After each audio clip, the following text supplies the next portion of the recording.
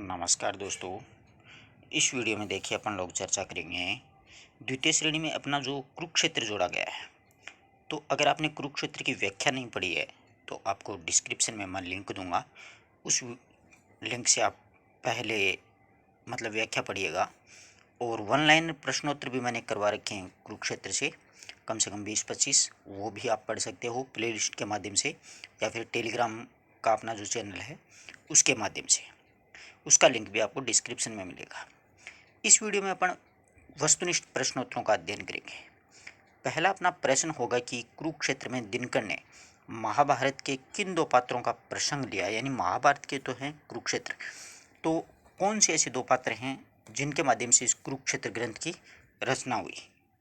तो देखिए, भीम और अर्जुन, या युधिष्ठिर और भीष्म पितामह, या कृष्ण और अर्जुन, भीम और दुर्योधन।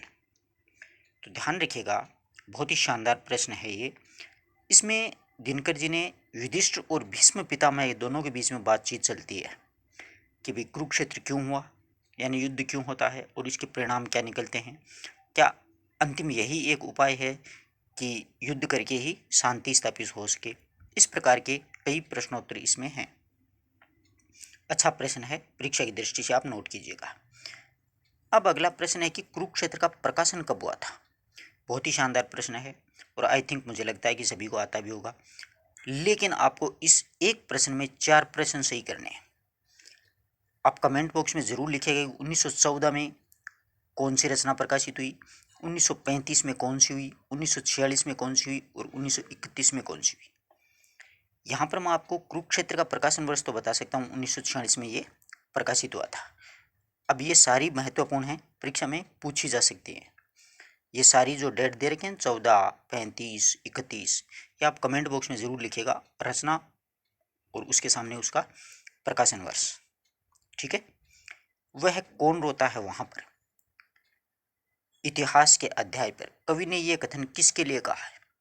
यानी कुरुक्षेत्र अपना जो सर्ग शुरू होता है उसी की ये पहली पंक्ति है। तो ये किसके लिए कहा गया है, मतलब भीम के लिए, युधिष्ठिर के लिए, दुर्योधन के लिए या फिर धृतराष्ट्र के लिए। तो ये जो कथन है ना, वह है कौन रोता है वहाँ इतिहास के अध्याय पर, तो युधिष्ठिर के लिए कहा गया है। अगला अपना महत्वपूर्ण प्रश्न आता है जो कि काफ़ी बार परीक्षा में ये पूछा भी गया है, ध्यान रखिएगा इस बात का। ये परीक्षा में पूछा भी गया प्रश्न है कि वज्रांग पांडव भीम ने किसके वक्ष का लहू पी करके अपने ही मन को परिशांत किया था। वज्रांग पांडव भीम ने कौन सा वो मनुष्य था जिसके का लहू उसने पिया था और अपने मन को शांति प्राप्त की थी। तो दुशासन का, जरासंध का, शकुनी का या फिर धृतराष्ट्र का, इसमें से मतलब किसका किया था। तो भीम है, उन्होंने दुशासन का रक्त पिया था, दुशासन के वक्ष का यानी सीने का रक्त पिया, और तब जाकर के क्या हुआ कि भीम जो है उसका मन शांत हुआ। एक पंक्ति आप लोगों ने पढ़ी होगी कि पीकर लहू जब आदमी के वक्ष का वज्रांग पांडव भीम का मन हो चुका था परिशांत। तो वो कौन था, दुशासन था। अगला प्रश्न है कि द्रौपदी के 13 वर्षों से जो खुले अपने केसों को किसके गर्म खून से चुपड़ करके उसने वेणी वेणी यानी चोटी बांधी थी।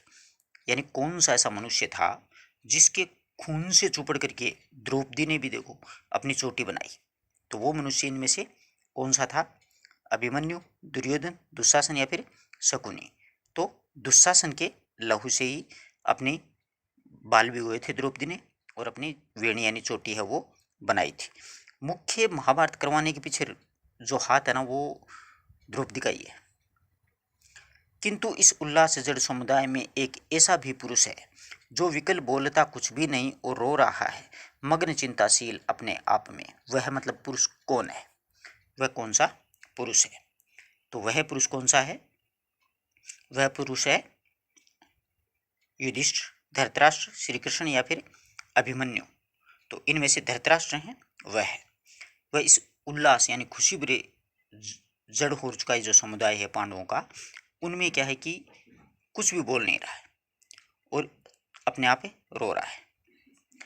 कुरुक्षेत्र काव्य का नायक किसे कहा गया है, बहुत अच्छा प्रश्न है। खटाक से अपन क्या करेंगे, अर्जुन उत्तर करेंगे। कि कुरुक्षेत्र में तो वही युद्ध में जीता था अंतिम महाभारत के युद्ध में, परंतु इसका जो नायक है ना तो वो युद्ध है।